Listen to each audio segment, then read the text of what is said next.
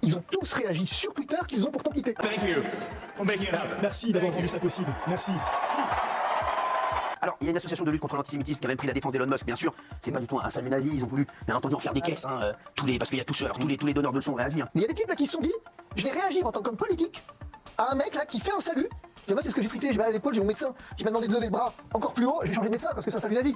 Vous vous rendez compte de là où on en est à un moment donné? Regardez Emmanuel Macron aussi dans ce cas. À un moment, il a fait un salut, Emmanuel Macron, pas du tout le salut nazi non plus. Voilà, merci. Kamala Harris, pareil, hein. Voilà. Barack Obama. Voilà, tout le monde, non, c'est quand même l'absurdité, quoi. L'absurdité des mecs. Bah ouais, forcément, hein, il fallait que ça réagisse, que ça fasse le buzz, le fameux salut d'Elon Musk. Il y a même pas besoin de faire une vidéo pour dire mais non, c'est pas un salut nazi et tout. Enfin, en fait, faut juste pas être con. Et malheureusement, c'est là qu'on voit la déchéance de l'humanité, quoi. Je sais pas à quelle époque on pourrait comparer ça, en fait, le degré d'attardisme de la société. Genre Elon Musk, un des plus suivis de la planète, un des plus scrutés, surtout en ce moment. Le mec va faire un salut nazi. Non mais imaginez, même si le mec est profondément, intimement persuadé de détester les autres races et d'être un suprémaciste blanc et d'être un nazi avec un tatouage caché sous son épaule, est-ce que le mec, à la télé, filmé, parce que là c'est pas chez lui, hein, ou c'est pas sur son yacht, est-ce que vous croyez vraiment que ce mec, qui lance des fusées à des prix réduits de fou comparé à la NASA, qui a fait Tesla, qui a fait Neuralink, le mec c'est un génie, mais il va faire un salut nazi devant toute la planète.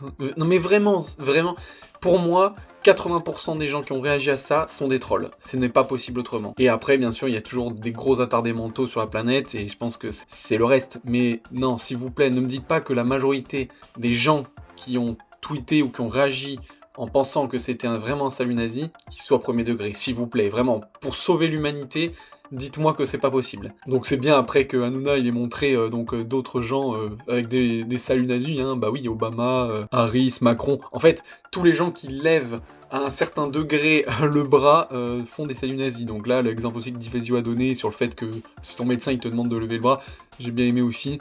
Vraiment, c'est juste ridicule, quoi. Et petite anecdote sympa, j'ai eu plusieurs gosses des élémentaires, hein, donc quand même assez jeunes, qui m'ont parlé à un moment donné d'Elon Musk. Je sais plus pourquoi le sujet est venu, mais ils m'ont parlé comme quoi il avait fait un salut nazi. Eh bien, je leur ai bien expliqué, hein, mais c'est marrant de voir l'endoctrinement à cet âge-là. Alors, bien sûr, à cet âge-là, ils sont innocents, mais en fait, ça montre le discours de leurs parents. C'est pas d'eux-mêmes qui se sont dit que Musk a fait ça, c'est qu'ils ont entendu leurs parents le dire. Donc, ça montre vraiment le niveau des parents, quoi. C'est vraiment triste. Et pourtant, c'est des enfants de milieu aisé, hein, c'est pas des cassos. Donc vraiment, ça m'a fait rire, en fait, d'entendre plusieurs gamins me confirmer, vraiment m'affirmer, me dire si, il a fait un salut nazi. Vraiment, mais j'étais mort de rire, quoi. Et alors, juste pour la culture personnelle, le salut que Elon Musk a fait est beaucoup plus probablement le salut romain. Mais bon, laissons les attardés s'exciter.